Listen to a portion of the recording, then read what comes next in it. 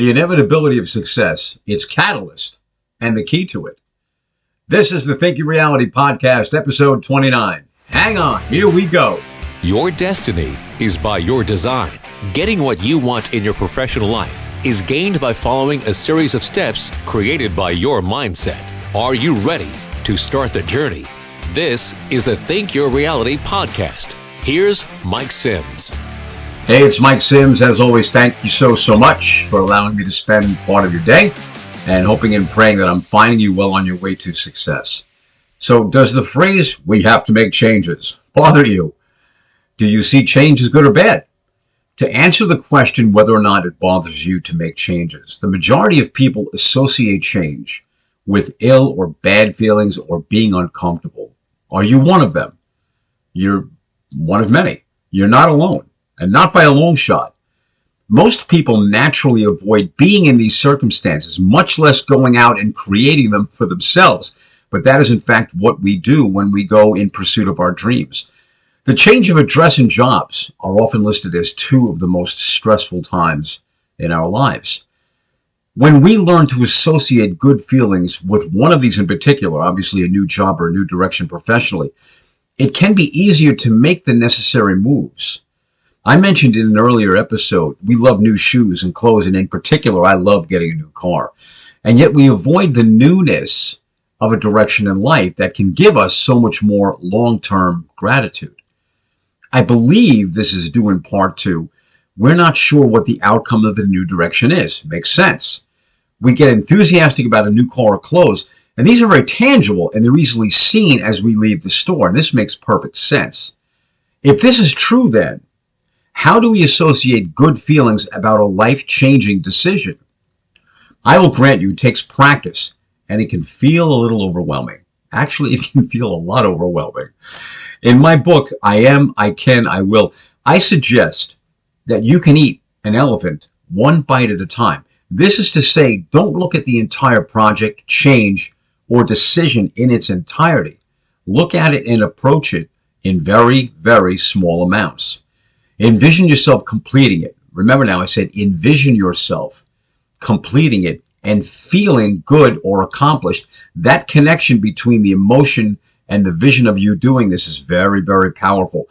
This is proven to be very empowering and often leads to further decisions being made quickly and enthusiastically toward your direction.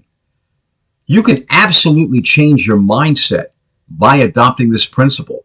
It's the 180-degree theory put into practice. Most people don't do it. Where most stand or sit still, you are moving now through decisions and tasks toward your goal with a renewed sense of purpose and expediency, and at the same time, embracing change. It's a small change. It has a huge impact. Now, where I don't suggest doing this these days, back in the day, as the expression goes, parents used to throw their kids into the water to teach them to swim. They were forced to change their feelings in an instant about swimming in water. Now, I am certain that Child Protective Services will be at your door before the close of business, and any chance of a long-term relationship with your kids will be all but over. It doesn't apply in that instance, but it does apply toward your goals. What if you took the same approach with an aspect or task toward your goals? What if you stopped, quote-unquote, paralysis by analysis and just went headlong into the task and forced yourself to show yourself what you're actually made of when push comes to shove? You can always go back and change things, as often people do when starting or creating something new, but it's the start that's the big thing, isn't it? The new attitude may prove something to yourself about yourself, and that's the real goal reached, you starting to learn about what you're capable of doing. And when you come to terms with what you are capable of, make sure you apply the risk versus recklessness to it and see what happens. Like anything else learned, whether when we were children or now, it takes practice with a level of discomfort. It's to be expected. Understand that the discomfort is natural and expected. It's also naturally and eventually overcome when we stay the course in it. We get more comfortable with it as we do it, don't we? Step. Success takes endless planning, preparation, persistence, and practice. Planning and implementing those plans. Preparation, assessment, and again, implementation. Persistence. You have to stay in it and produce the desired results. You wouldn't plant a seed on Monday and expect to see a tree on Tuesday. Your life's goals don't work like that. Practice it, rinse and repeat. This now becomes a new habit and one you can tap into consistently. When we apply cause and effect, it makes all that much more easily understood. You are the one to initiate the cause, thereby bringing about the effect you desire. Change is the cause for a number of things, some of them unpleasant, I will grant you. But when we facilitate the change, we are now living on our terms, aren't we?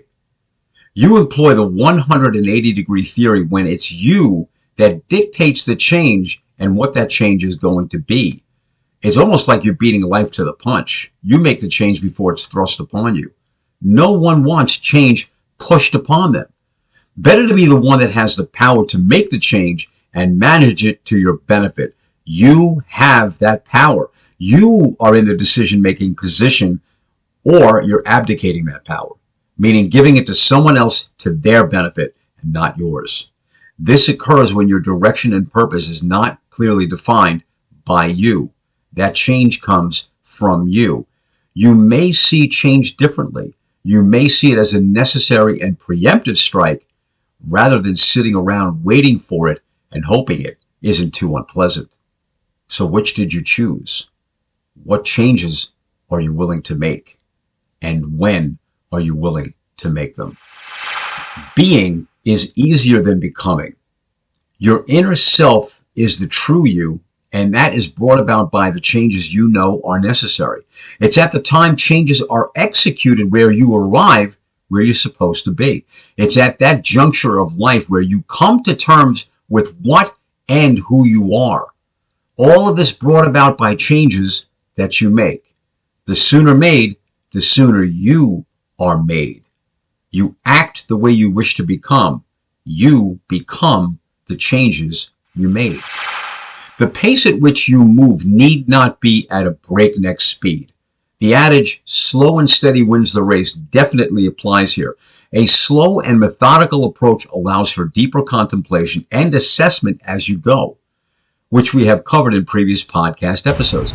If nothing is so constant as change, now's the time to make yours and change the world in which you live.